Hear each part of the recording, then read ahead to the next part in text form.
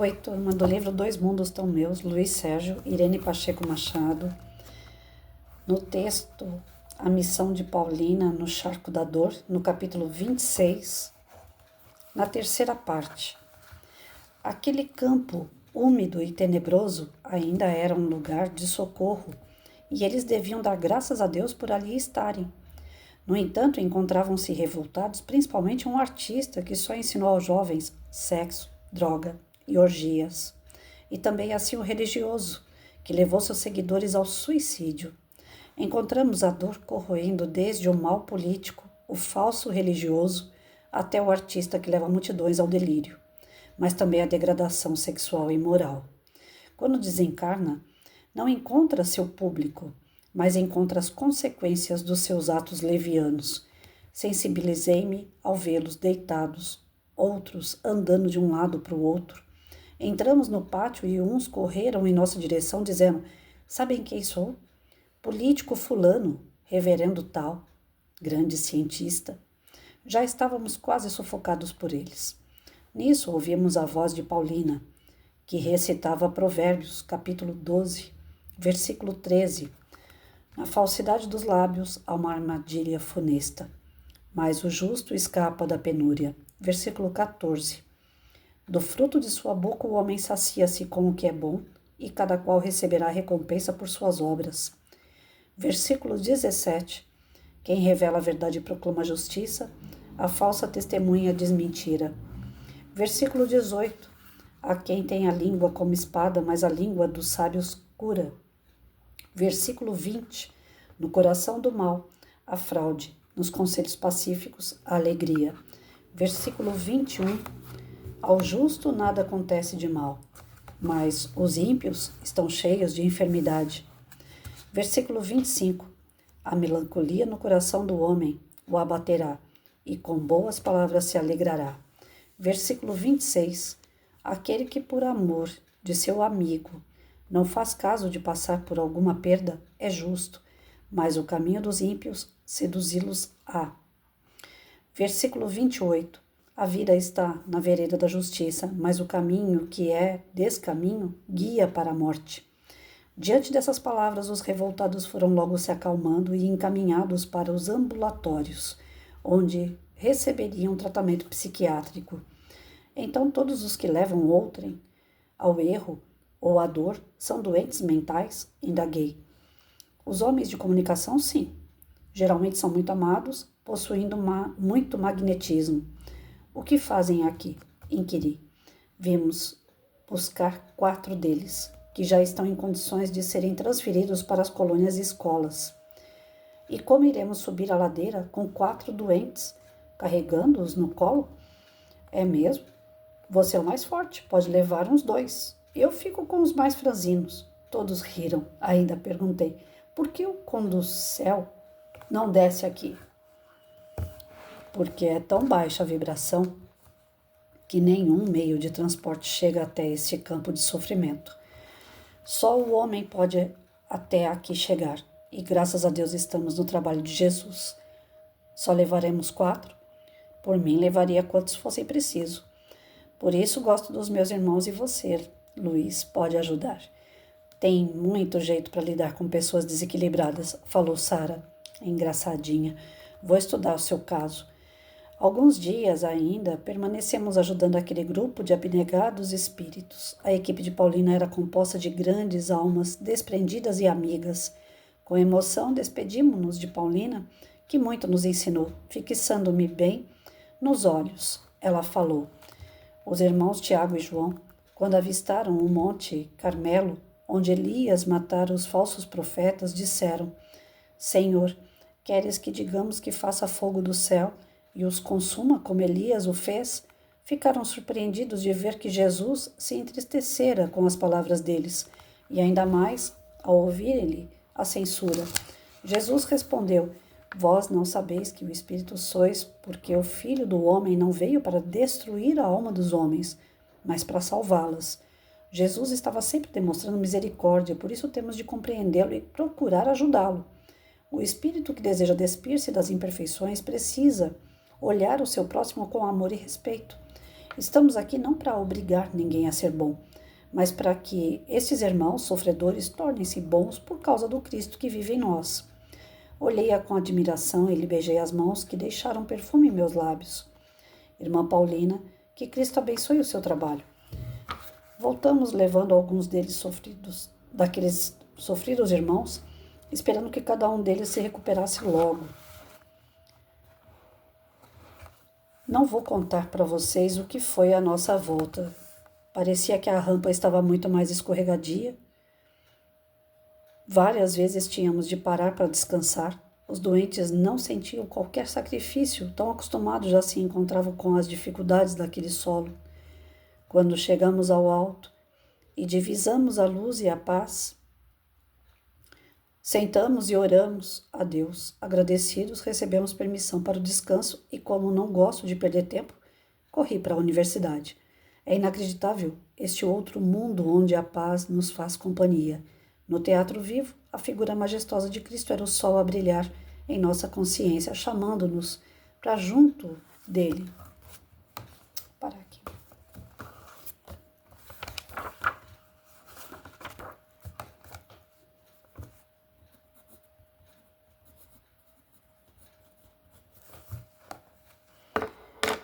Aqui a gente percebe o socorro de pessoas, de espíritos que sucumbiram às suas missões aqui na Terra. Pessoas inteligentes, pessoas ligadas à arte, à ciência, à política. São pessoas bem inteligentes, são pessoas criativas, são pessoas que se desenvolveram muito na questão física, material, mas não se desenvolveram espiritualmente. Acreditam, através do seu orgulho e do seu egoísmo, de serem donas da própria vida e da vida alheia, podendo dar pitacos na vida dos outros, distribuindo através do seu conhecimento manchas de dor e sofrimento, porque o seu conhecimento é voltado para a matéria, para o físico, para a ilusão, porque todos nós estamos em estado de ilusão. Nós passamos pela Terra, nós não somos da Terra. E essa passagem ilusória nossa é apenas uma questão de experiência e conhecimento. Não é para ficar aqui, não é para ser dono de nada daqui. Nós não somos, bem dizer, nem donos de nós mesmos. Porque quando nós começamos a passar dos limites, a espiritualidade entra em ação. O nosso livre-arbítrio é respeitado até o plano B. Quando a gente exagera na dose, a espiritualidade começa a mudar os rumos da nossa vida. Começa a intervir no nosso aprendizado. Então, se o homem não é próprio nem de si, não é dono nem da sua própria vida, vamos dizer assim, como é que ele pode imaginar que ele é dono de algo ou de alguém? Como é que ele pode querer dominar pessoas? E isso brota na alma da pessoa como se ela fosse um mártir, um herói, um todo-poderoso. E nós estamos tendo isso dia a dia mais claro, mais estampado diante de comportamentos humanos que são desumanos. Nós percebemos o quanto o ser ainda tem que aprender a se humilhar para ser exaltado. Por enquanto ele está sendo exaltado, para que no final ele acabe sendo humilhado. Jesus não veio acabar com a lei antiga, a lei de Moisés. Ele veio dar cumprimento. Ele veio aperfeiçoar a lei diante dos acontecimentos da época dele para nós. Jesus já previa que a nossa evolução ia ser lenta, porque a nossa ignorância é grande.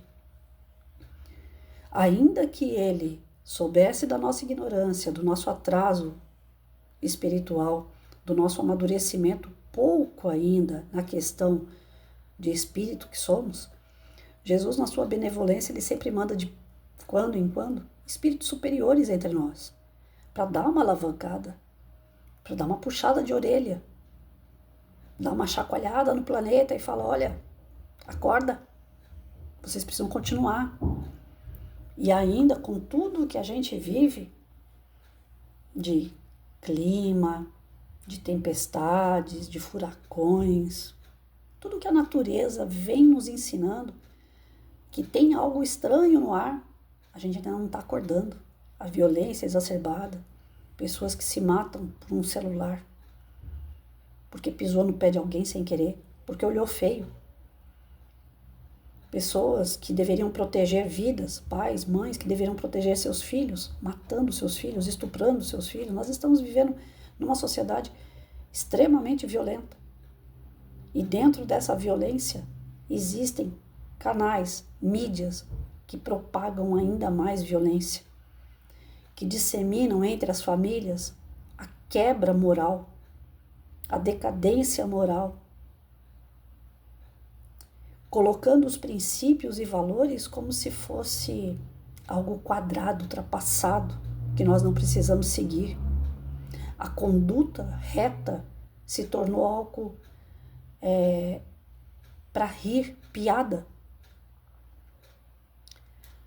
Ontem eu me posicionei enquanto pessoa e cidadã que eu sou.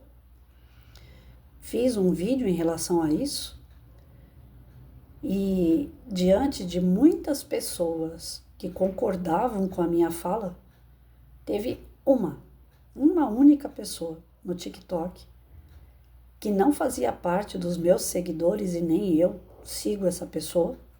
Ela simplesmente surgiu ali, fazendo comentários,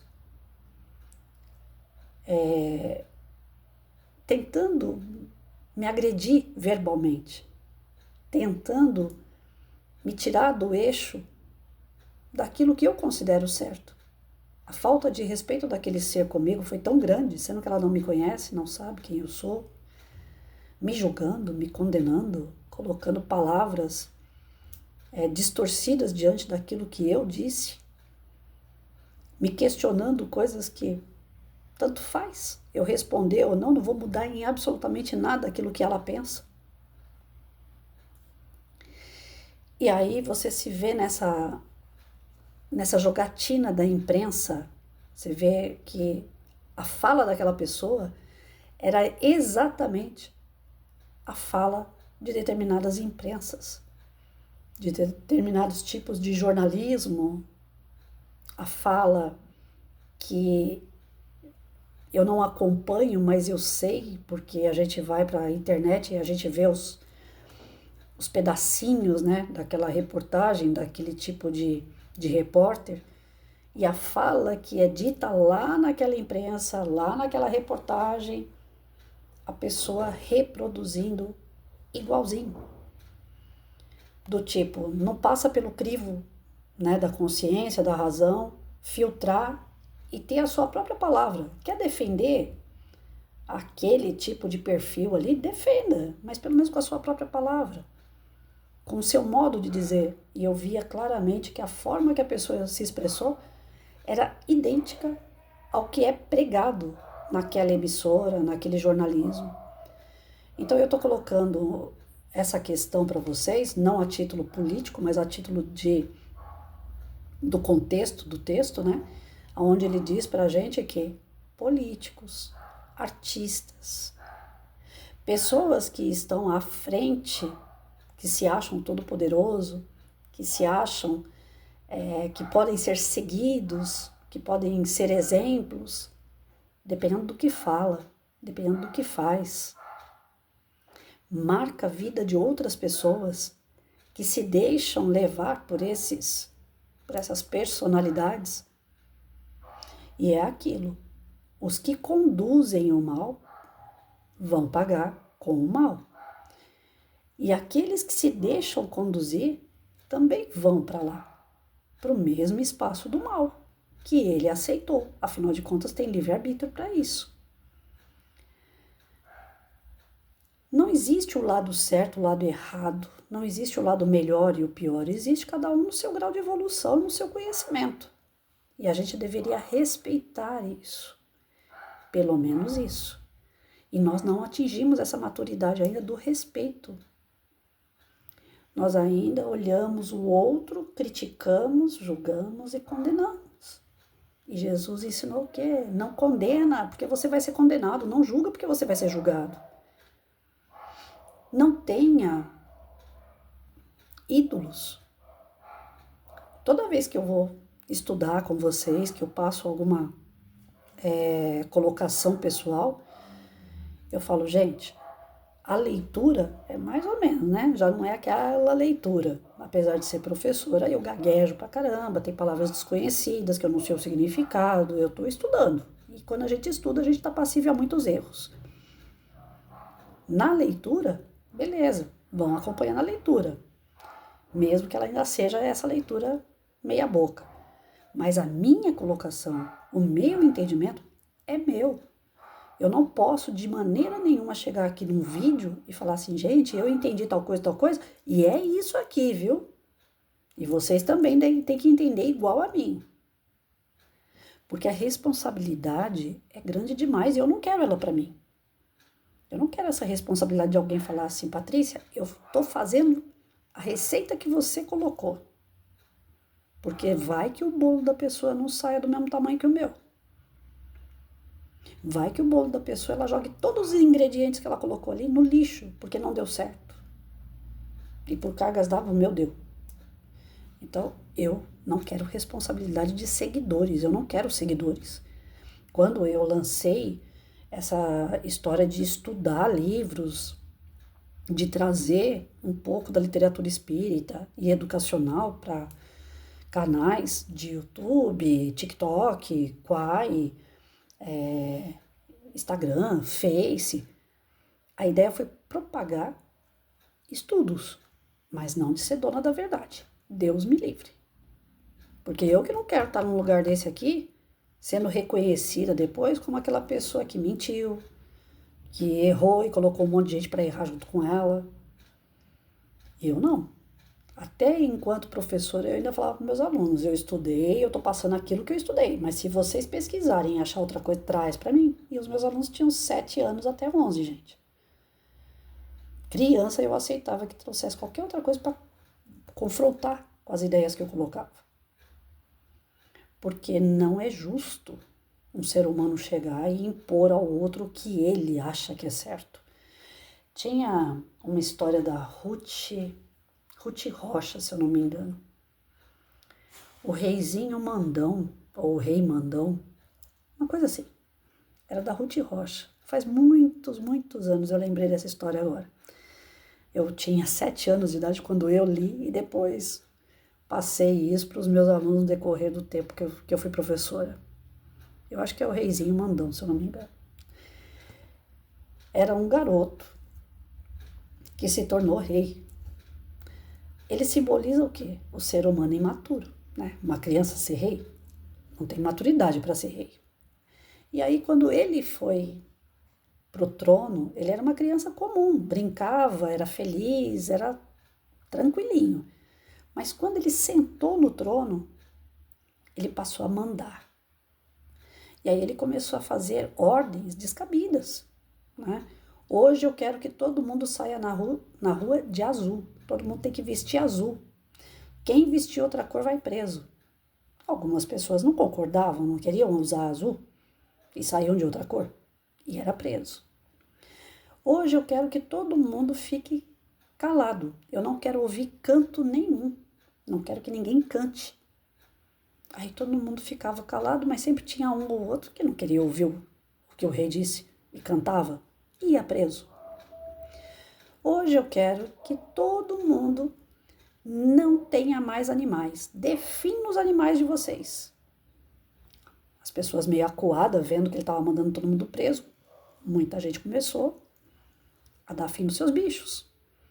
Mas sempre tem aquele que não, né? Esconde um bicho aqui, outro ali. Ele descobria, mandava prender. Hoje eu quero que todo mundo venha ficar ajoelhado aqui na porta do reino. Alguns, com medo, corriam lá e ajoelhavam na porta do reino. Aqueles que não queriam ajoelhar, saíam para trabalhar, iam para longe, para ele não ver. depois ele mandava buscar e prender. Hoje eu não quero que ninguém dê um assovio. Eu não quero ouvir nenhum assovio, nenhum pio. Aí sempre tem aquele que faz piu. Ele mandava prender. E assim o rei Mandão começou a mandar prender a cidade inteira. Chegou um dado momento que não tinha mais cela suficiente. Mandou prender a cidade toda. Porque ele era o rei. Ele mandava. Só ele podia decidir o que fazer, quando fazer e como fazer na vida das pessoas. E as pessoas começaram a reclamar. Faltava espaço dentro da cela, não tinha espaço para deitar, não tinha espaço para sentar, não tinha comida suficiente, porque ele também não mandava comida para as pessoas quando ele não queria. Tudo dependia da vontade dele e as pessoas começaram a ficar enfurecidas. Eram pessoas boas, calmas, tranquilas, viviam felizes na vila. Mas diante do descontentamento, diante da violência a ser sofrida por cada um, começaram a reclamar, começaram a questionar. Por que eu estou preso só porque eu assoviei? Por que eu estou preso só porque eu tinha um cachorro? Por que eu estou preso? Porque eu falei, porque eu assoviei, porque eu disse piu. E aí começaram a questionar, e reclamar, e aquela reclamação começou a dar corpo. Começaram a se tornar pessoas um pouco mais violentas no tom, não enfurecidas ao ponto de cometer a violência em si, mas dentro de si já estava aquela revolta violenta. E a revolta, junto com aquela consciência de que o que foi que eu fiz de tão grave para estar preso, começou a gerar um processo de reflexão e ação. E as pessoas começaram descontentes a agir. Mas foi preciso chegar nesse fundo do poço para agir, para tentar reverter toda essa situação, porque até então elas estavam seguindo o Todo-Poderoso, o ídolo, o cara que se achava dono do mundo, que seja por admiração, por respeito ou por medo, todo mundo foi cedendo a ele. Até que o medo acabou, até que a admiração acabou e as celas foram destruídas por aquele povo insatisfeito de tanto receber ordem. E o que aconteceu com o reizinho? Ele foi preso.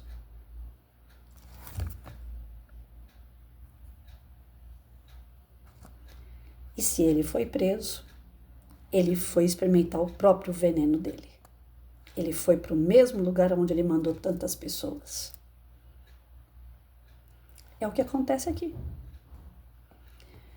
O que faz um ser inteligente, que tenha cultura, que tenha criatividade e parar num umbral, num local ruim, é justamente o mau uso das suas qualidades. Aí a espiritualidade sempre fala pra gente, tenha misericórdia. Tenha misericórdia para que você não se torne o igual, para que no teu coração não se contamine com a maldade do outro. Então nós temos que ter misericórdia, nós temos que dar o perdão, mas não podemos aceitar o mal. Nós devemos conter, está lá no Evangelho segundo o Espiritismo. O mal deve ser contido. Nós não devemos seguir o mal e não devemos nos comprazer com ele. Nós devemos conter. Essas pessoas que lançam promiscuidade, né? Música com palavrões, música degradando o ser humano, peças de teatro, filmes pornográficos, esses baile funk que promovem essa orgia toda de drogadição, todas essas pessoas estão comprometidas com o plano espiritual inferior. Estão ligadas a isso. E elas querem propagar isso às pessoas que estão melhorando, que estão progredindo, porque o mal não se compraz no mal, ele se compraz em ver o bem se transformando em mal. Quando você pergunta para um espírito que está dando comunicação, um obsessor, por que você gosta de causar um mal na vida dessa pessoa? Ele fala, porque eu fico feliz. A felicidade dele, não existe uma felicidade dele. Só existe uma felicidade para o cara que é inferior se o outro que está bem ficar mal. Gente, eu passei por uma tortura dessa na sala de aula, dando aula e tendo gente no meu calcanhar querendo o meu mal o tempo todo. Tanto é que eu saí da educação, quando eu estava para me aposentar, processando pessoas por perseguição, por assédio moral. Falei, chega, eu tô indo embora, eu tô me aposentando, mas eu preciso dar um basta nisso. Eu tava ficando cada vez mais doente. Porque a pessoa não tá feliz. Você dá tudo para ela e ela não fica feliz. Deram para ela a direção de uma escola. Você não tá feliz, criatura? Não é isso que você queria? Poder mandar? Agora você tá sentado aí no troninho. Não, só fico feliz se eu ver você ainda mais lá embaixo. Você mais fechada, você sofrendo, você triste. Você sem fazer os seus projetos. Então o mal, ele só... E com o terço pendurado no pescoço. Pessoa que se diz que acredita em Jesus. Porque a gente vê pela história, na época da Inquisição, o clero, que era tão representante de Deus na Terra, é o que mais destruía vidas. Matava, explorava, estuprava, torturava, em nome de Cristo. Então não é porque a pessoa é um representante de uma religião, não é porque o cara é um representante político, não é porque o cara é um representante de uma cultura que a gente pode seguir. E volto a repetir, Jesus disse o quê? Não tenhamos nenhum ídolo. Nem Jesus queria ser ídolo da gente. Não é para ter ídolo. É para você ter o crivo da consciência. O que é certo e o que é errado tem que passar por aqui. A nossa consciência é o nosso altar. É aqui que a gente vai decidir o que é certo e o que é errado, baseado em princípios e valores. E os princípios e valores estão baseados na conduta de Cristo. Mas tem que passar pelo processo da razão. Não é assim, Cristo fez, eu vou fazer. Porque nem ele falou que era pra gente ficar. Ele falou assim, eu sou o caminho, a verdade e a vida. É para seguir Cristo. Não estou dizendo que não é para seguir, pelo amor de Deus. Tem coisa que a gente fala e o povo depois não entende. Mas ele dizia, é para me seguir, mas pelo crivo da razão. Compreenda por que você está me seguindo. Não é para me seguir cegamente. A fé cega não leva a lugar nenhum. Estou fazendo só porque ele fez. Não.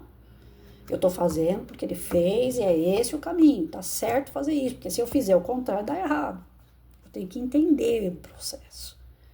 É isso que eu tô querendo passar, pelo amor de Deus. Porque a hora que eu terminei de falar aqui, eu falei, quer ver? Alguém vai pegar aí que não é para seguir Cristo. É para seguir Cristo. Porém, com a fé raciocinada. Entendendo esse trajeto. Não cegamente. Porque senão a gente se torna uma pessoa sem desenvolvimento moral. Só tô fazendo porque o outro faz.